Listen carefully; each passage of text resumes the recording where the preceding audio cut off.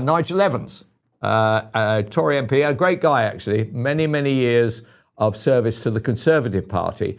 Actually, I'd imagine, Nigel, this morning, there's a skip in your step and you're not having to defend members of the Tory party anymore. You're watching do you find something quite extraordinary is happening? We're watching an implosion of an entire party because Nigel was different, wasn't he? He wasn't conventional. Absolutely, and I absolutely pay credit to him, Kelvin, for what he has achieved. It was without Nigel Farage, I don't believe that David Cameron would have held the referendum to leave the European Union in the first place. Right. And then, as we know, the British people took over and decided, if you want to talk about the people versus the establishment, you couldn't get a better example of it than the 2016 referendum, when the British people put two fingers up to the establishment and said, we are leaving, irrespective of Project Fear. And the man behind all of that was Nigel Farage. So I take my hat off to him. But the reality is that the shine has definitely come off the Reform Party, and the mire of all this money, which I can't really get my head around. I mean, the rules have changed, Kelvin, since when I was a member of Parliament.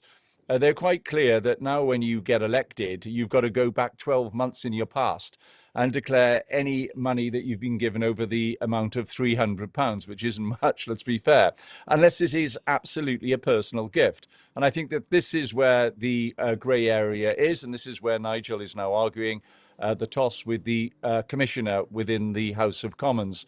And of course, it is going to be messy. It's not a black and white thing. And my own view is that I think that Nigel should have allowed the commissioner to carry on with the investigation rather than gone down the route where he has. And I mean, he's basically created a by-election in his own seat of Clacton. He's incredibly popular there. If you're looking for a seat that is archetypically the Leave seat in 2016, it was Clacton. I don't think any other seat voted. I think there was one seat in England that voted with a higher margin, but Clacton came in there very high. So we've got a by-election there. None of the big parties, if I can call them that, the main old legacy parties, are standing. And it's now going to be Nigel Farage versus a bunch of eccentrics. Definitely Count Binface is the one. I believe he's 5-1, Kelvin. Could you imagine that? The bookies are giving 5-1 on Count Binface. Do you know what I would love? The by-election. I do what I would love. I know this sounds absolutely wrong to say. I would love for Count Binface to win. Because I love Nigel. Like you, I admire what he's done. Probably the most significant politician of the right in history, including Thatcher. I mean, nobody has gone from a standing start and got to 25%. But giving the V sign is within all voters now.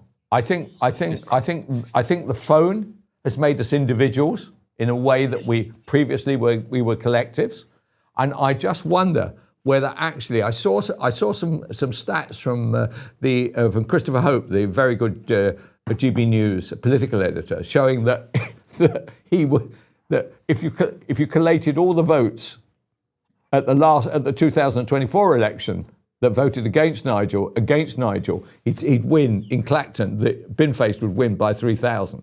I mean, I know it's a laugh. I know it may not happen, but I bet you it turns out to be a bizarre number turn out to vote for Binface. People don't like being manoeuvred. And that's what made reform. And what worries me, right, is 25% of the nation are really stuck on reform. They like their policies. Where are these people going to go? I mean, what's going to happen to them? Will they go back to Tories? Will they go back to the Labour Party? Will they go to Restore? What will happen to them? Yeah, well, I mean, part of the problem, Kelvin, is that Nigel Farage, and both you and I respect what he's achieved, is that he is a bit of a one-man band, even though, they're trying to professionalise the Reform Party.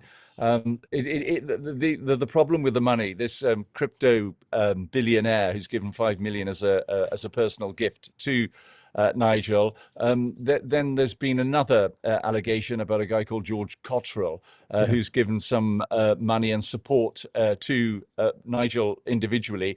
And then you're reading stuff about George Cottrell's mother giving money through Yep. a front organisation, Britain Means Business, and then that money then gets diverted into the Reform Party. It's incredibly messy, and I think part of the problem is that when you are in the frame to become the next prime minister, which Nigel Farage at one stage was, and maybe still is. Let's see what happens. You never know.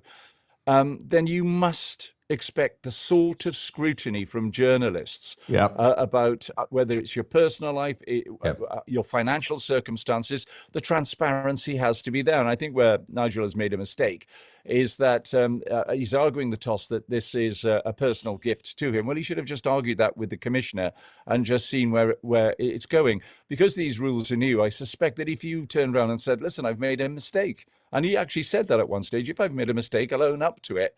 And then it's a warning shot as well, Kelvin, to every other member of parliament. There's 650 in total. They will have all gone through the same induction process and been told that they've got to declare all financial gains over the last 12 months before becoming a member of parliament. I wonder how many of them are swallowing hard, thinking, oh dear, did I forgot to declare this? I forgot to declare that. Well, maybe the commissioner ought to be saying there should be an amnesty now and let everybody go over all their personal circumstances and come clean. So. But I want to touch on one other thing which you've just touched on as well, which is. The mainstream media, which has been dictating all of this, and I know Nigel's turned on them. And as I said, I believe that journalists should have a fair opportunity to scrutinise everybody that is involved in public life. But I do get fed up with the sneering attitudes of people like Lewis Goodall, Emily Maitlis, John Sopel, and others who believe, that they are the ones that used to set the agenda. Because everybody got all their media from the mainstream media. And now, thanks to organizations like the one that you're broadcasting from, whether it's Talk TV, whoever it happens to be, individuals have now been empowered to be able to get their voice out there. And so it does benefit people like Nigel Farage and other organizations, Rupert Lowe, Restore, you name it. And I think it's absolutely superb that their voice is now being given a vehicle so that when they want to speak out, they can. I think it's fantastic. Well, that's very good. One last question then. You didn't answer the question that I worry about, is there's a 25% shareholding in politics, ordinary people, some from the right of the Labour Party, some from the Conservative Party, some from, I don't normally vote anywhere, right? Where do those people go if the magnet of Nigel Farage is no longer there?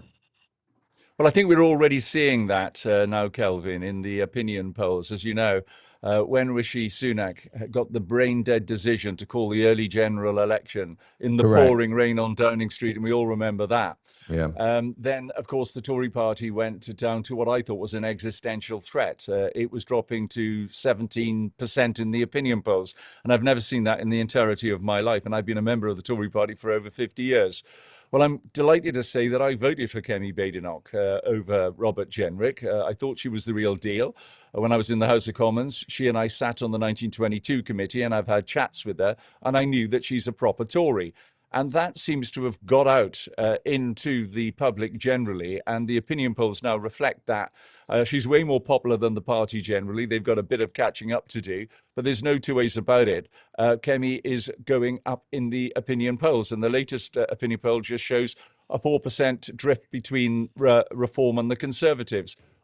All of this news, all this murkiness, I'm afraid is not going to do any political party any good. As you say, the Tories used to be the ones embroiled in financial scandals. Well, it is now absolutely Reform. And Kemi Badenoch seems to be the one that is the beneficiary. I know there's some people out there, Kelvin, who say you've got to unite the right. And one of my huge fears is that we could go into the next general election and it's going to be absolutely fractionalized, and that we're going to get, the split in the between Reform and the Conservatives and a bit of Restore. means that the Labour Party, as unpopular as it happens to be at this moment in time for very good reasons, is going to come through the middle again. And that is my biggest fear. So my view, to answer your question directly, is that I think people are going to look again at Kemi Badenoch and then go, right, let's give the Tories another chance. It is a different party to the one that was operating under Rishi Sunak. I can absolutely assure you of that. Kemi is the real deal. She's a proper Tory. Nigel, that's very good stuff there, man. Very, very interesting. I do buy that. My one hope is that with Reform doing slightly worse, actually they will feel more inclined potentially to do a deal one way or the other with Kemi. And I know she says, I'm not going to do a deal either. Honestly, looking at that polling right now, a coalition of Labour, Lib Dem and Greens actually gets over the line in a way that a Tory Reform deal does not get the majority. And that, can you imagine what the Greens would demand from Labour, and how people like you and me who've been naturally of the right all our lives will one more time have to put our hands in our pocket in order to subsidise, actually people who voted Labour. Anyway, Nigel, it's great to talk to you. I hope we can do it again, and have a good day at the golf course. Thanks very much. All the It was very a best. guess. Thanks, That's just a guess. Okay, fine. We're going to